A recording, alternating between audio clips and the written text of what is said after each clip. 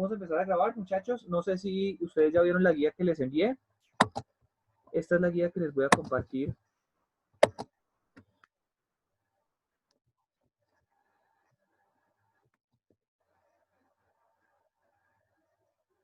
Empezamos trabajando, como les decía, el tema del teatro. ¿Por qué meter el tema del teatro en el secundario español? Bueno, porque es un lenguaje y vamos a empezar a ver cómo en sus orígenes el teatro se convierte en un dispositivo, en un mecanismo para alfabetizar a las personas que no saben escribir, que no saben leer. Resulta que voy a leerles algo acá. Las raíces de este arte antiguo pueden buscarse en varios miles de años atrás, en las culturas griegas, romana, china e incluso musulmana. La teatralización de episodios heroicos, de hazañas históricas, tuvo una función ritual de transmisión generacional, conmemorativa y fundamentalmente artística. Es decir, el arte del teatro no nació siendo un arte, nació siendo un ritual de peregrinación religiosa. Entonces imagínense ustedes cómo nos llegan a nosotros unas primeras imágenes de esto que estoy tratando de decir, la crucifixión de Cristo. Existe una Biblia, pero ustedes de niños no leían la Biblia ni se arrimaban. No sé si a estas alturas de la vida se arrimen a leer la Biblia y a mirar cómo fue esta cuestión del Vía Crucis, la crucifixión de Cristo y la ascensión y eh, la persecución que tuvo por los fariseos y todas esas cosas. Pero algo que sirvió para que muchas personas se hicieran una idea de quién era Cristo y cómo murió y por qué murió fue el teatralizar la muerte de Cristo. Cogemos a un man, le ponemos unas espinas en la cabeza, le ponemos una cruz de madera, le ponemos unas túnicas y por supuesto pintamos una imagen de Cristo. Entonces una imagen de Cristo mechilargo, barbudito, mono, ojirrubio, ¿sí? Y esa teatralización de lo que pudo llegar a ser la vida de Cristo sirvió para que muchas personas hoy compartamos una imagen común de lo que significó eso que llaman la crucifixión, de eso que llaman la ascensión y la redención de los pecados, ¿sí? Hasta la persona más atea que nunca haya leído la Biblia o que la haya leído y que diga que Dios no existe, tiene en su cabeza, gracias a estas imágenes repetitivas y teatralizadas, una idea de qué significa la crucifixión. Para otras culturas que no fueron la católica y antes de que existiera la televisión y todas estas cuestiones, el teatro fue protagónico porque permitió que los caciques o que los jerarcas de las diferentes comunidades tribales pudieran transmitir a la comunidad la idea que los unía como comunidad. ¿Por qué ustedes deben obedecerme? ¿De dónde venimos? ¿Qué es la naturaleza? ¿Cuáles son nuestros dioses? Pues muchas de estas piezas explicativas no se dieron, los jefes no se ponían a escribir textos ni a escribir decálogos, tomen, lean esto y apréndanselo, como de pronto lo hacemos hoy en la educación. No, lo que hacían era que desarrollaban unos dramas y esos dramas actuados servían para que cualquier persona, más allá de entretenerse, pudiera ver cómo se desarrolló toda una genealogía histórica, mitológica, ¿sí? Quienes hayan leído la Ilíada podrán ver cómo entran en juego entonces todo este esquema de dioses, guerreros, hombres. ¿Mm? Entonces, Zeus, Poseidón, Atenea, Artemisa, ¿m? Ares, Hefestos, en fin, todos estos portentos de la mitología griega llegaron a los hombres por diferentes maneras, por recitales, por escritos, por cantos, pero también por danzas, de alguna manera que empezaron a teatralizar la acción de los dioses. Entonces, el desarrollo del espectáculo se va en un espacio semicircular al aire libre llamado orquesta, o orquesta lo que puede ser, en el que se ejecutaban una gran variedad de espectáculos artísticos. Por primera vez los géneros del drama, la comedia y la tragedia, inspirados principalmente en aspectos de las sociedades, las guerras entre las polis, las guerras médicas, estamos hablando de la antigua Grecia, y su conjunto de creencias sobre la mitología griega y los dioses olímpicos. Este escenario llamado orquestra es el que vamos a ver aquí. Mírenlo. Este es el teatro de Delfos en la Acrópolis, como ustedes pueden ver. Sí, están viendo el teatro, muchachos, ¿me escuchan? Sí, señor. Entonces, muchas de las estructuras que nosotros al día de hoy conocemos como teatros, miren ustedes la inventiva, el exceso de inventiva que nos gastamos, que cuando hacemos un teatro lo hacemos igualitos a los que hay en todo el mundo. Ni siquiera para eso somos originales nosotros. Es decir, nuestro pensamiento arquitectónico y espacial es tan pobre que todavía seguimos con estructuras que se inventaron hace más de 1000 años, hace más de 2000 años. Retomo. Este es el teatro de Delfos y Acrópolis. Miren la forma arquitectónica que tiene. Hay aquí un zócalo o una plaza central y las gradas están en forma de domo. Nosotros conocemos eso hoy como mediatortas o plazas de conciertos, ¿cierto? La diferencia con los teatros de hoy es que esto estos no tienen techo. Aquí vamos a ver otro tipo de teatro. Este teatro es el anfiteatro de Mileto. Entonces, miren, la misma estructura tiene. Acá van a estar las personas. Acá se va a desarrollar el drama. Muy seguramente que los primeros lugares pues los van a ocupar las capas populares y los altos lugares los van a ocupar los notables o las capas jerárquicas poderosas. ¿Por qué? Por algo importantísimo que es el símbolo de la visibilidad. ¿Cómo así que esto del símbolo de la visibilidad? Claro, porque quienes están arriba tienen una panorámica más amplia de lo que se está desarrollando y seguramente cuando estas personas notables quieran decir algo o hacer alguna crítica, todo el mundo que está aquí les podrá ver con facilidad porque están en lo alto, ¿sí? Compárenlo al día de hoy, cuando usted paga una boleta para ir a un concierto, usted ya no es el notable por estar en los lugares de atrás, usted paga por estar en los lugares de adelante, lo que llaman el VIP. Entonces, miren la visibilidad, el símbolo que significa el uso del espacio. En un primer momento significaría notabilidad ante los demás, pero al tiempo de hoy, la visibilidad o la notabilidad se adquiere es por la cercanía a los artistas. Este es el ágora o el orquestra griego, antiguo, el clásico. Aquí es donde nace el teatro que nosotros los occidentales consumimos. Les voy a leer un fragmento de las piezas que se representaban en Grecia, como para que ustedes se hagan la idea de, y quiero que me respondan si el teatro servía como un ejercicio de escuela o si no servía. Dice aquí, Sí, sí servía como un ejercicio de escuela.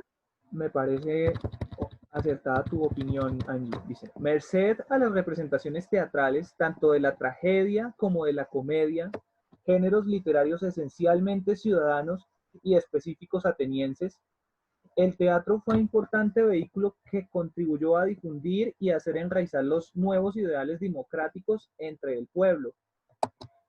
Entonces, primero están diciendo qué tipo de géneros se dramatizaban, es decir, no empezaron ellos con el cuento, no empezaron ellos con la comedia de pronto de chistes que nosotros entendemos al día de hoy, sino desarrollaron géneros literarios esencialmente ciudadanos, miren.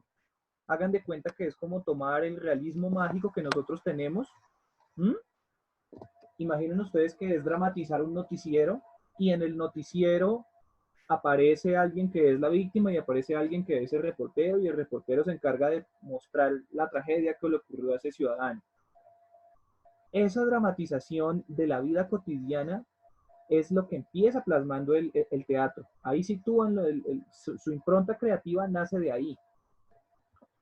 Por favor, cuando puedan, averigüen sobre qué significó la tragedia. ¿Qué es la tragedia para los griegos? Yo creo que algún día les voy a dar una clase sobre filosofía, acercándonos muy al tema de la tragedia y es una cosa maravillosa. Si pueden, averigüen por favor qué es la tragedia. Creo que está acá en la actividad más adelante. El teatro fue un importante vehículo para difuminar los ideales democráticos entre el pueblo. Entonces esto se parece mucho como para ponerlo a juego con lo que es la actualidad. Hoy por hoy, ustedes ven que todo el mundo tiene que estar confinado y encerrado. Sin embargo, no sé si se han fijado en televisión, pero en televisión están saliendo jingles o canciones o comerciales que te dicen quédate en casa, así me tengo que lavar las manos. Mm, hay mucha publicidad rodeando esta idea de lavarse las manos. ¿Por qué creen que está toda esta publicidad? Alguien, por favor, que me diga. Laura. Pues, pues yo creo que, digamos, en alguna parte pues están aprovechando de la situación y pues para vender, digamos, más productos de limpieza para que la gente se, Ok, digamos, sí. como que se proteja por el tema del coronavirus, pero pues también en algunos casos como que se aprovechan de esto para vender más productos.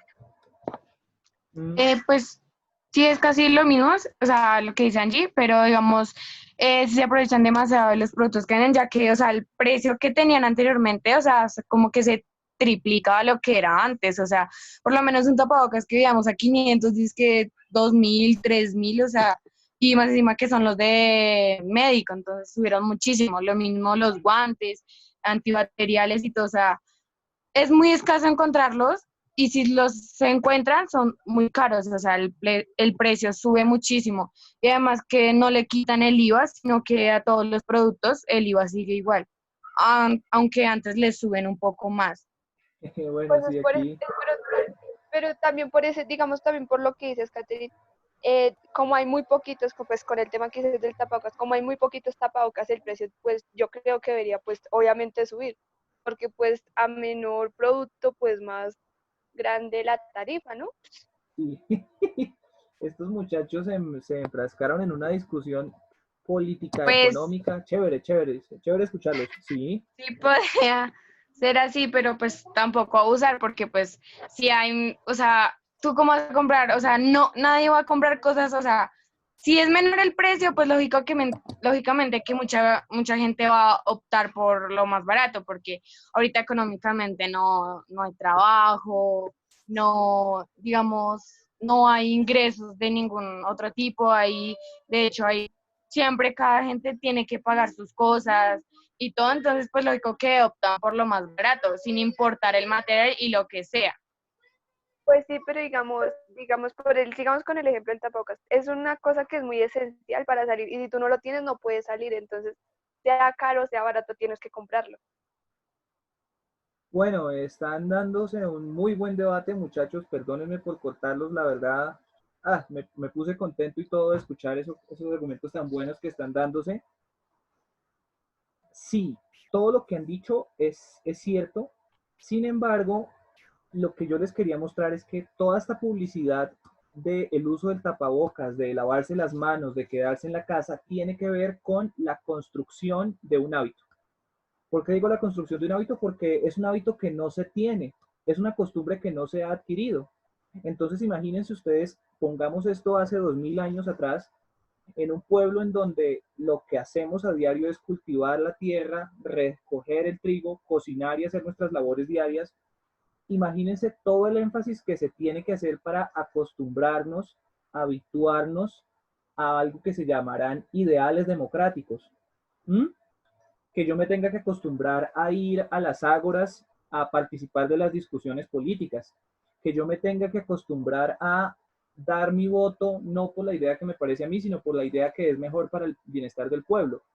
Miren, tan complicado es que todavía nosotros tenemos que darles clases de democracia a ustedes, muchachos, cuando se supone que la democracia ya tendría que ser una idea aprendida por nuestros padres y por nuestro convivir en la vida normal. Entonces, el teatro en este momento a esta gente le está sirviendo para decir, alfabeticemos a las personas en unos ideales democráticos. ¿Qué ideales? Civismo, democracia, pero fundamentalmente uno, amor por la patria. Uy, profe, pero ¿cómo así que amor por la patria? Imagínense que en estos momentos estábamos hablando de las guerras médicas, de las batallas entre las polis, no sé aquí quién se haya visto la película de Esparta, o de los 300, o de Troya, pero esta es la Grecia que estamos describiendo, una Grecia guerrera de espadas, de lanzas, de cascos, de sangre. Son dioses de sangre, muchachos, no son dioses como Cristo. Cristo pide perdonar y poner la otra mejilla. Los dioses griegos piden sangre y sacrificios. ¿Mm? Entonces, necesitamos que los hombres quieran morir por la patria. Necesitamos que los hombres valoren la libertad de la patria y de sus hijos como lo más sagrado y que estén dispuestos incluso a dar su vida por ello. Entonces, de ahí es de donde sale toda esta narrativa. ¿Ustedes ya han visto la película de Gladiador? Ah, sí, yo les dejé esta actividad a ustedes, ¿no? Ay, no, fue al otro curso, fue a otro curso, para otra actividad. ¿Alguien se ha visto aquí la película de Gladiador? Ah, carajo. ¿Alguien, por favor, me escucha? ¿Alguien se ha visto? Sí, pero creo que no. ¿No se han visto la película de 300 o alguna película de batallas o de esta de Alexander? 300. Ajá, 300, bueno, 300. Dejémosla en 300. Para quienes no tengan idea, es una película de muchos manes que salen a pelear contra pueblos árabes o persas a machete, a espada, a puño limpio por defender a la ciudad.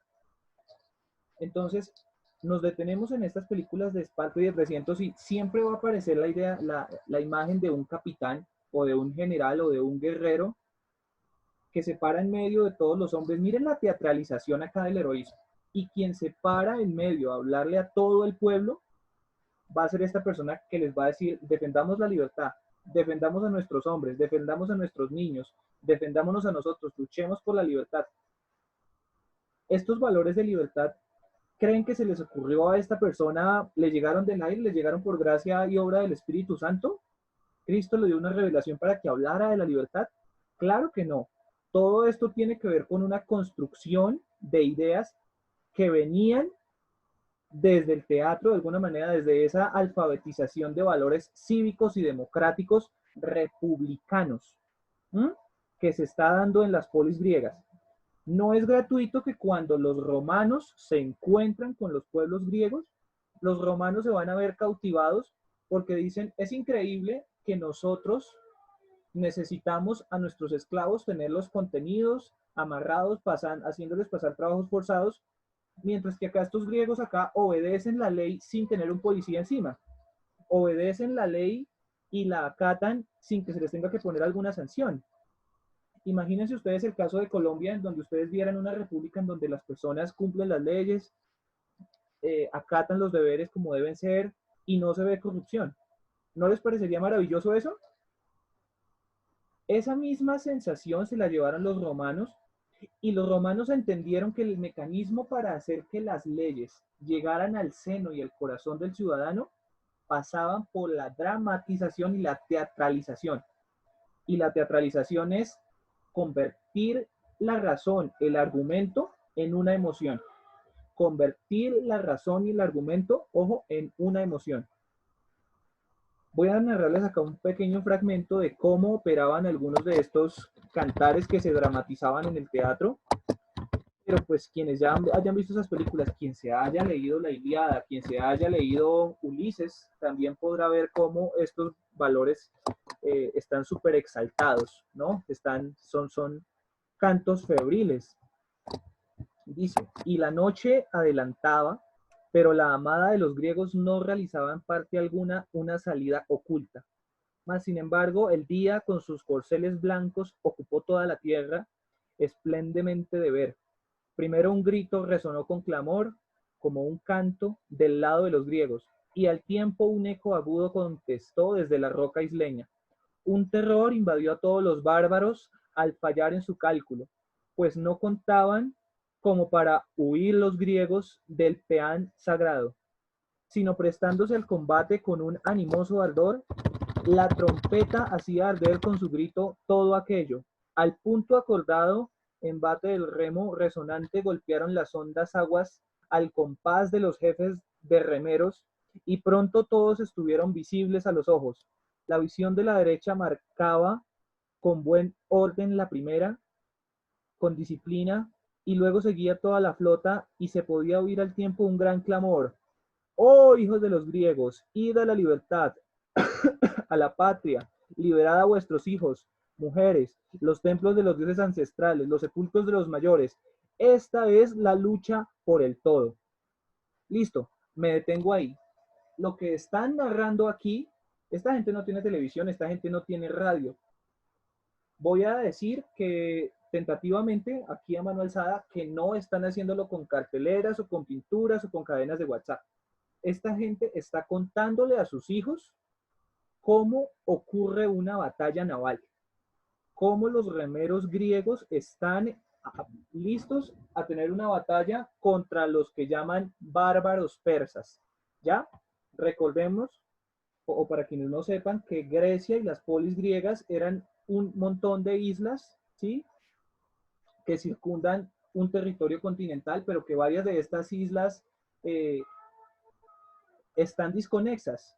Están desconexas y las únicas carreteras que van a encontrar para comunicarse entre ellas son las marinas, son las rutas marinas. Entonces, una de las formas clásicas de hacer batalla por parte de los griegos era sobre las naves. Voy a avanzar un poco más. Ustedes deben leer estas guías porque si no se me va a acabar el tiempo, muchachos. Contextualizando. Las obras puestas en escena revelan una complejidad de pensamiento, unas sutilezas literarias que no parecen estar al alcance de cualquiera. Aquí va la crítica, muchachos, para que no traguen entero lo que les estoy diciendo. El argumento que yo les he dado es el siguiente. Sí, los griegos convirtieron el teatro en una herramienta para alfabetizar a todos, desde las capas más bajas hasta las capas más altas. Sin embargo, hay evidencias de que en Grecia la vida no era tan color de rosa porque las desigualdades eran latentes. En Grecia hablamos de la persona que no tenía nada que comer, como hablamos también del senador y sus clientes, sus siervos, que tenían comida siempre sobre la mesa. Entonces dice acá que no siempre las obras literarias o estas obras teatrales eran de entendimiento para todos. No las podía entender todo el mundo porque no todas las personas llegaban a tener el nivel de educación necesario para apreciar esas obras de teatro. Entonces, por ejemplo, si yo les doy a ustedes, me los llevo a una galería de pinturas, a que miremos al Mambo, al Museo de Arte Moderno de Bogotá, los nuevos creaciones de arte abstracto que están sacando los bogotanos, pues va a ser muy berraco que ustedes, y no se sientan brutos, no los estoy tratando mal, pero va a ser muy berraco que ustedes entiendan el concepto y lo que estos artistas están tratando porque es un arte raro. Solamente lo van a entender los 3 o 4 gatos viejitos que estudiaron para entender ese tipo de arte. Es decir, que ahí estoy segmentando los públicos, diferente a que yo me los lleve a ustedes a ver esa misma exposición cuando yo ya les he dado unos elementos para que ustedes interpreten esas obras de arte. Pues con estos griegos pasaba eso. Algunos podían entender y otros no podían entender porque los niveles culturales eran desiguales. ¿Pueden entender un poco la idea de lo que les estoy diciendo?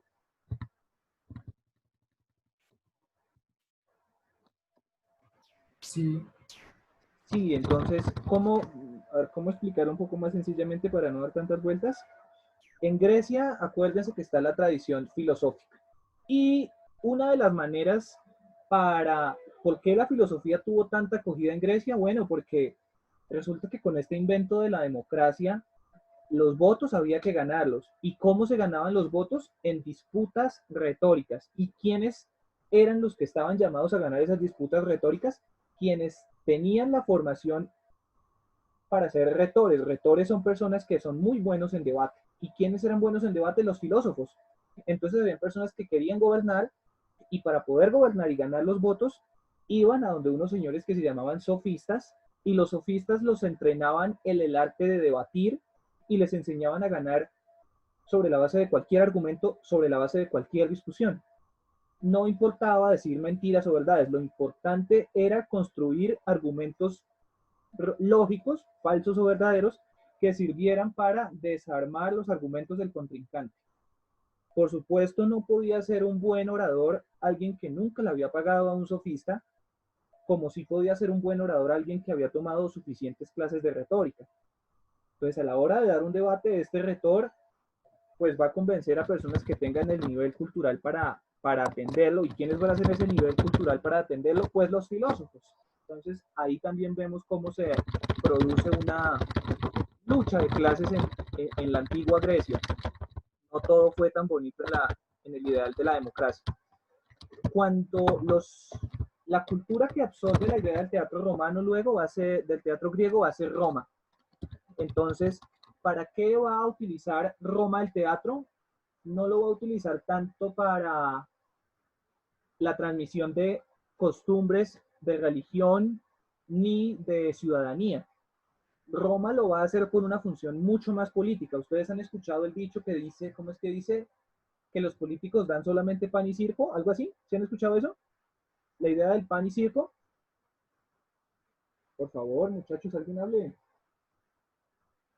No, Bueno, resulta que a los días de hoy, cuando el gobierno hace una movida por ahí loca, entonces automáticamente aparecen algunos medios a tratar de dispersar ese bache. Entonces lo hacen con la utilización de noticias curiosas, de eventos deportivos, en fin, todo esto lo convierten en algo que se llama pan y circo. Los griegos, cuando tuvieron un imperio tan grande, y es un imperio que estuvo marcado por las tremendas desigualdades también, el teatro fue construido con una función de contención, de entretenimiento. Entonces ya no se hacía teatro para transmitir la lengua, ni para transmitir los valores, ni la cultura, ni el culto a los dioses, sino para entretener a las personas de las diferentes clases. ¿Por qué digo de las diferentes clases? Porque en las clases altas había una disputa por acabar con el César o el príncipe que estuviera de turno. Y esas disputas eran en forma de guerras, de asesinatos, de envenenamientos. Entonces, para ganar el favor de las clases altas, había que darles algo que no tuvieran. Si yo ya tengo esclavos, si yo ya tengo casas, si yo ya tengo mi comida, ¿qué cosa puedo necesitar? Algo que entretenga mi alma. Y si el César o el emperador era capaz de darme algo que entretuviera mi alma, pues yo iba a ser amigo de él. Entonces, en el teatro van a aparecer los bufones, van a aparecer los cantores, van a aparecer esta figura que ustedes han escuchado la ópera. La ópera es este ejercicio de musicalizar un drama. Entonces van a aparecer estos señores que cantan, que tienen una voz tremenda, un elenco de actores, un vestuario especializado, y van a tratar de diversificar un montón de producciones que van a ser inicialmente para la clase alta, para ganar el favor de la clase alta, pero luego, y ojo, tiene que ver con, empiezan a verse revueltas en Roma, empiezan a verse sublevamientos de los ejércitos, empiezan a verse los sublevamientos de los esclavos. ¿Qué hacemos para que esta gente no arme la espantosa y no queme las cosas como las están quemando en Estados Unidos? Pues entretengámoslos. Entonces, habilitan grandes construcciones, ya no van a ser teatros como el griego, sino van a ser teatros como este. Este es el modelo de un teatro romano, mírenlo acá. Es mucho más grande, tiene acá ya un espacio diseñado para, vamos a decir que son vestidores o para los artistas. Tiene también unos balcones, pero ustedes pueden ver incluso la icónica imagen del teatro romano, del Coliseo romano. Son estructuras mucho más grandes, están hechas para almacenar grandes volúmenes de personas, y esa cantidad de personas que van a llenar los coliseos van a ser las personas de las clases medias y bajas. Y estas personas van a llegar al coliseo, y ¿qué sensación se lleva alguien que va a un coliseo, a una escultura o una obra arquitectónica de tan gran tamaño, a que lo entretengan?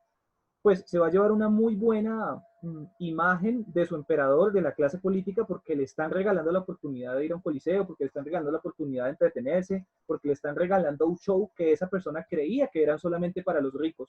Le dan, hagan de cuenta, la imagen o la ilusión de que esa persona es tan importante para el emperador como lo son los patricios, los gomelos de la época. Entonces, entretener al vulgo es importante porque el vulgo se va a calmar, va a querer más entretenimiento. Hagan de cuenta que es la misma crítica que ustedes hacen cuando ven que se da mucha televisión y mucho show como respuesta a los problemas políticos. ¿Se entiende entonces el uso político que está haciendo Roma del teatro? ¿O no se entiende? Sí. Listo. Si estamos sobre esa idea, he hablado mucho lateralmente de los usos que ha tenido el teatro, pero no he hablado de la especialización en sí misma que tuvo el teatro.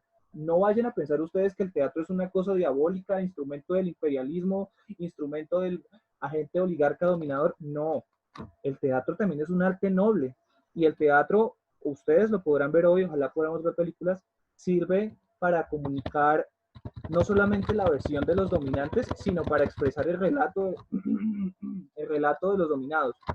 Entonces, Eh, aquí está de alguna manera como uno, esto es uno, ¿cómo es que se llama eso? Una fotografía de los vestuarios que utilizaban los actores para representar a actores de la vida común griega, de la vida común romana. Entonces, si llevaba solamente una túnica y los pies pintados de amarillo, simbolizaba que era un ciudadano patricio. ¿Qué es un ciudadano patricio? Es un man, un romano con plata. Si llevaba los pies así pintados y llevaba el color morado es un color de distinción. El color morado es un color de distinción. Entonces, develaba que este ciudadano era un man con plata, pero además un hombre importante para Roma. Si llevaba los pies rojos y esta túnica moradita, significaba que tenía investidura política, que era un senador.